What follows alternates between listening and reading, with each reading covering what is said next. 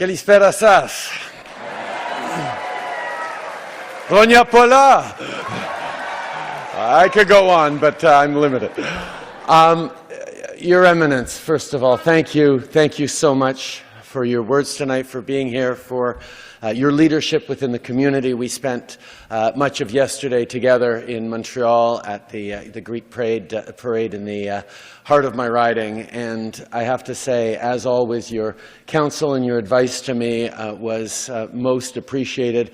He's been giving me good advice since before I was in politics, and turned out okay. I followed him most of the time, so we're doing well. But your leadership within the community, the stories you told me of my father, but also the impact you've had on shaping not just the strength of the Greek community in Canada, in Toronto, but also in Canada is significant. So thank you for everything you do, Your Eminence. Vashi, it's great to see you here. I know in her day job, her job is to ask the tough questions and challenge democratic leaders and push us on making sure we're giving the right answers to Canadians. But every single day you wear your pride as a Greek Canadian on your sleeve, and it's wonderful to see a Greek Canadian excelling at the highest levels of media and journalism. And a reminder of how important the Hellenic values are to the concept of democracy. But I'll come back to that in a little later. But it's great to see you, Vashi. And Kyriakos, my friend, thank you. Thank you for being the first Prime Minister in over 40 years of Greece to come to Canada. The last time it happened... I won't say anything more, but it took a Trudeau the last time to bring the Prime Minister over, and it's a real pleasure to continue in that family tradition. I have to say, I got to spend the day with him yesterday in not just in my hometown of Montreal, but in my riding in Montreal. Curiosity, how many members of the Greek Canadian community here tonight trace their path through Montreal? Yeah. I know there's a deep connection between the Hellenic community in Montreal and the one here in the GTA, and it's always a pleasure to be able to make sure that we're celebrating strongly in both communities.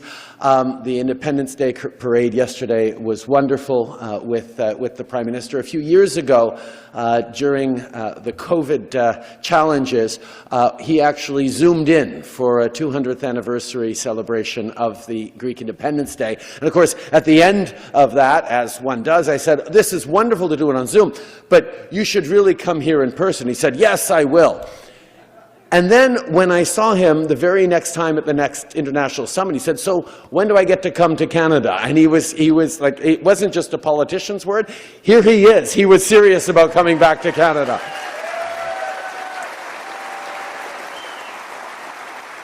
And I have to say, the friendship that we've been able to develop over the past years, being so aligned on so many big issues. Kyriakos was just in Ukraine a few weeks ago. I was there a couple of weeks earlier, where we know that standing up for the rules-based order, standing up for the rights of people to choose their own future, standing up against those who would destabilize the rule of law and international law is something that we both agree for, and we will all continue to stand on. So thank you, Kyriakos, for that. We connected as well on the fact that there is a tremendous pride for both of us to see how extraordinarily vibrant and dynamic the Hellenic Canadian community is. 270,000 people from coast to coast to coast contributing in every way to this country is truly an extraordinary thing. Thank you for everything that you do every day. Yesterday in Montreal, we got to go around a number of small businesses, a number of Greek community leaders were there, and really demonstrating to him how engaged and active and contributing not just within the community, but across all levels of Canadian society and the economy is a real pride, and seeing how well this community is flourishing, but also how strongly proud this community remains of its roots is exceptional. The amount of conversations you had in Greek, the amount of conversations you had also in French in Montreal really highlights just how both integrated and grounded in your Hellenic identity this community is, and it's a real inspiration to all Canadians.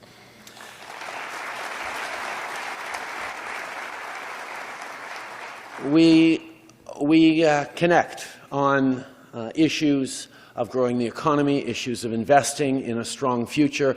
The turnaround that Prime Minister Mitsotakis has been responsible for in Greece is nothing short of miraculous. You have led through some very, very challenging times, but to see Greece do so incredibly well is a real credit to your leadership. Even as the world goes through challenging economic times, there are always good news in different places for families. At the same time as we're facing similar challenges, both last summer, Greece and Canada faced historically bad wildfires, and we come together not just to support each other in fighting those wildfires and fighting against climate change, but on a concrete agreement that we signed yesterday where Greece will be purchasing 7 firefighting planes that will be built right here in Canada. It's another way of us working together as we always have. They're updating their fleet. They've been flying Canadian water bombers for close to 50 years. So it's great to be able to continue to invest as we move forward.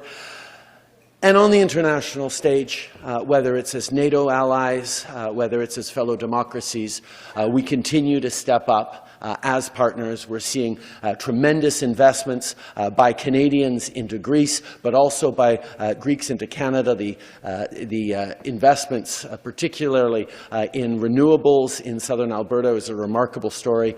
There are so many more things we can do together as countries that it is great to be connecting here.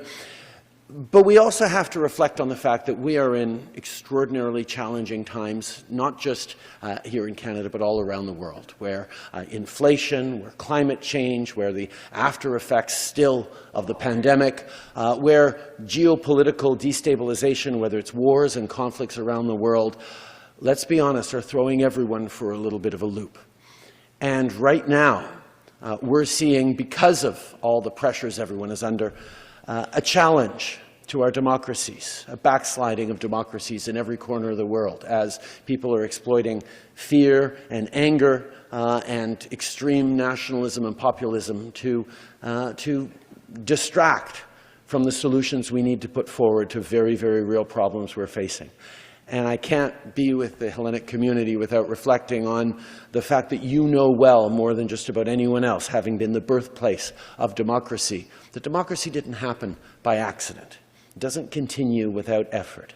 And that effort is one that each and every one of us need to make as active, engaged citizens, taking an interest in what's happening in our communities, what's an interest in what's happening in our country, and indeed around the world. And I know with the conversations that are being had about how the Hellenic community is so proud of its heritage, and Prime Minister Mitsotakis will be encouraging you to engage as well in the politics back home. And I think it's a good idea, because how we all step up to actively be part of making those tough decisions that build a better world is, quite frankly, what this community has been able to do for decades here in Canada, and making sure that your voice is resonating around the world, bringing more of these Greek values, more of these Canadian values to bear on the solutions the world is facing, leaves me very, very optimistic for the future. So it is an incredible pleasure for me to be able to be here with you all tonight, and mostly to welcome my good friend, Kyriakos Mitsotakis, Prime Minister of Greece. Zito Ialadas, Zito Kalalas.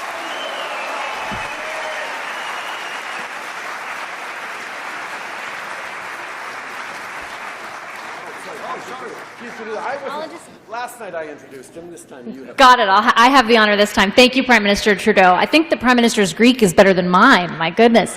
It is my great pleasure and honor to introduce Prime Minister Mitsotakis and for the Prime Minister to address us in the audience.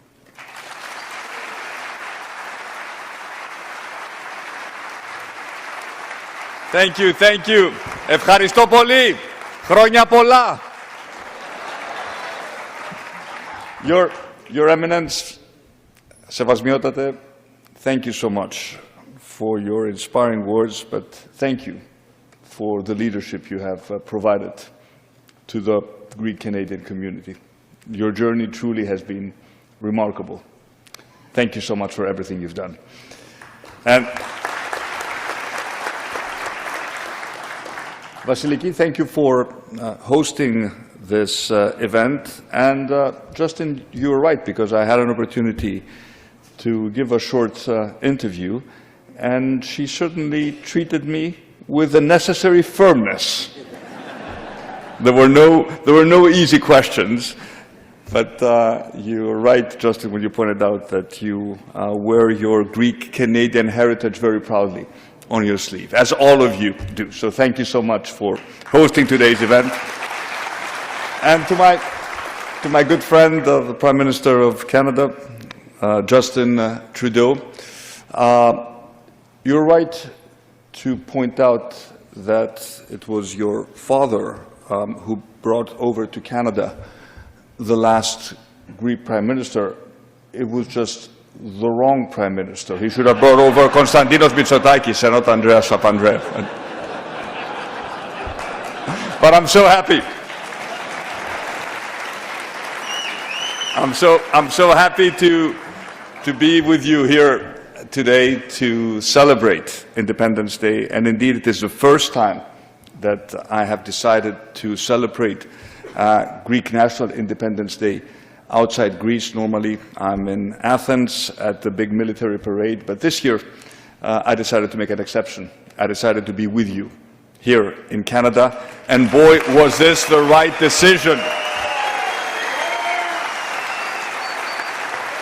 And indeed, this is an important day for Greeks, but it is also, I think, an important day for all freedom-fighting nations, because it is probably worthwhile reflecting exactly what happened 203 years ago when the Greek nation rose up against the all-powerful Ottoman Empire and against all odds managed to win its freedom.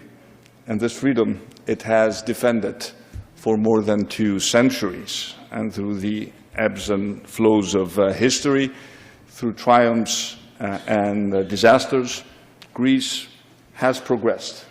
It has moved in the right direction. It was always, with Canada, on the right side of history.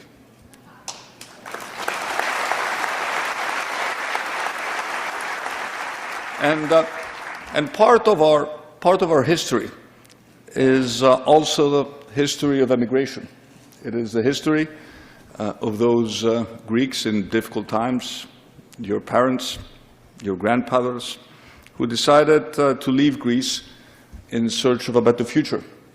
And many of those decided to make Canada their second home. And I think they chose wisely, because you have indeed progressed, you have become part of this great nation, but you have also kept alive your Greek heritage, your regional heritage. It is such a pleasure to be able to see all the dancers with all their regional costumes. And yesterday, at this lovely parade in Montreal, I saw a vibrant Greek community, proud of its heritage, but also proud of being Canadian. And what Canada has done to incorporate not just the Greek community, but all national communities into this beautiful country, while making sure that they maintain their national heritage, cherish their roots, celebrate their history, is truly a remarkable story. So I pay tribute to all of those who are present here today, who keep Greece in your heart, but sing, both national anthems with the same vigor and with the same enthusiasm. Yours is truly a remarkable. And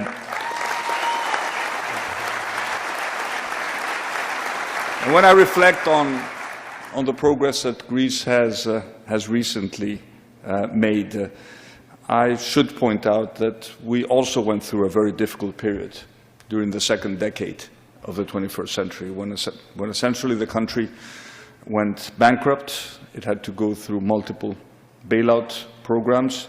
It was considered by many, and for many years, the black sheep of Europe. And when we took over, we had a very clear plan in 2019 to restore sustainable growth, to create jobs, to lower taxes, to make Greece an investor-friendly country. And I think to a great extent we have succeeded in that mission. But what is probably most important for me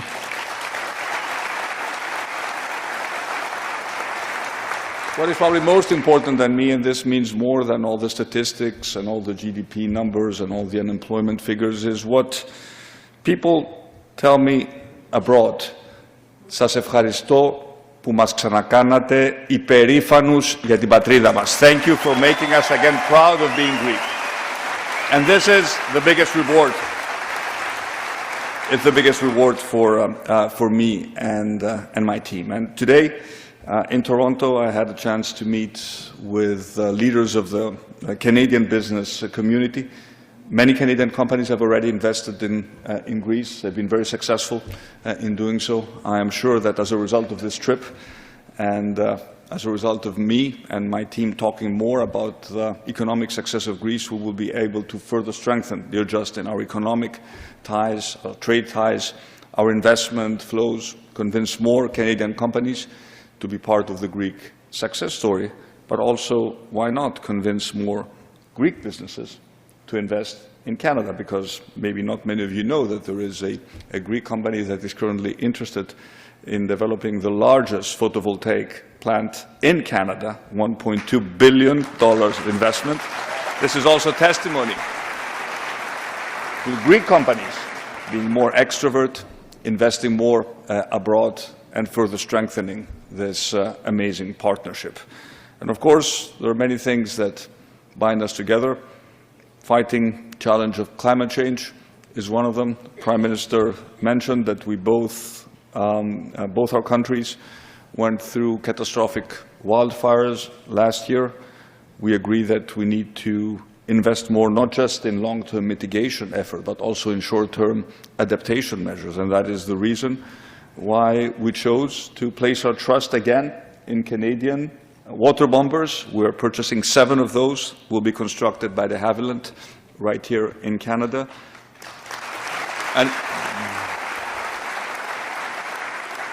An initiative funded partly by the European Union, and this is only the first order of 24 in total, which will be purchased by 5 European countries in order to create a pool of resources that we can share also during the difficult summer periods. But of course, with Canada, we also cooperate on other issues. We are faced with, as Justin said, with momentous challenges. For us in Europe, it is so painful to realize that war has returned to the continent. You're still further away, protected by the Atlantic Ocean, but what has happened in Europe was inconceivable 5 years ago. Yet now we are faced with a war of aggression, and it is imperative for all Western liberal democracies to stand side by side, defend the rules-based international order, send a clear signal that no violation of international borders by force can be tolerated. This is the reason I was in Ukraine, Justin was in Ukraine. We stand by the Ukrainian people in their fight to defend themselves and fight for their freedom.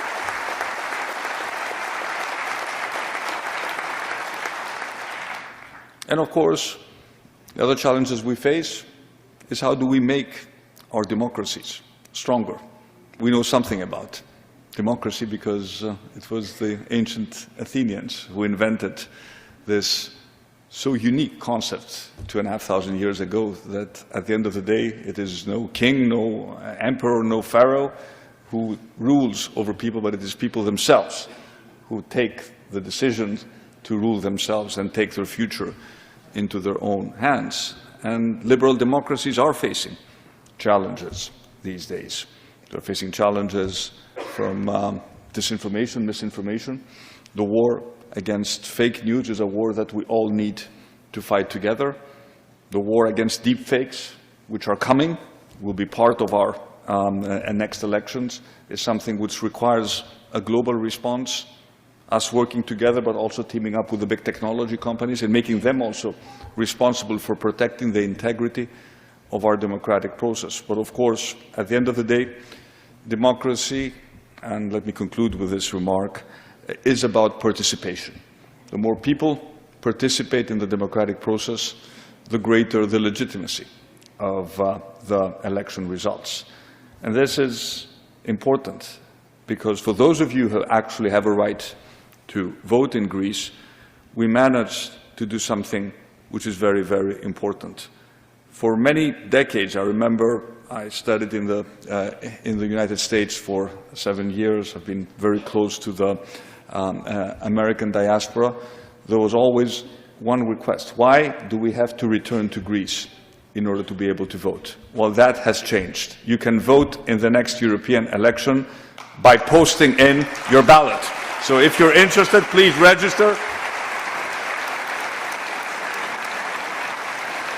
and participate in these elections. It is important for us to make this project a success, and I am sure that this will happen, and we will continue to support the diaspora and strengthen the ties between the motherland and those of you who are going through great effort to make sure that you educate your children, your grandchildren, that your children speak the language. I full respect to what the local communities, both in Montreal and in Toronto, are doing. You really run extremely well-organized schools.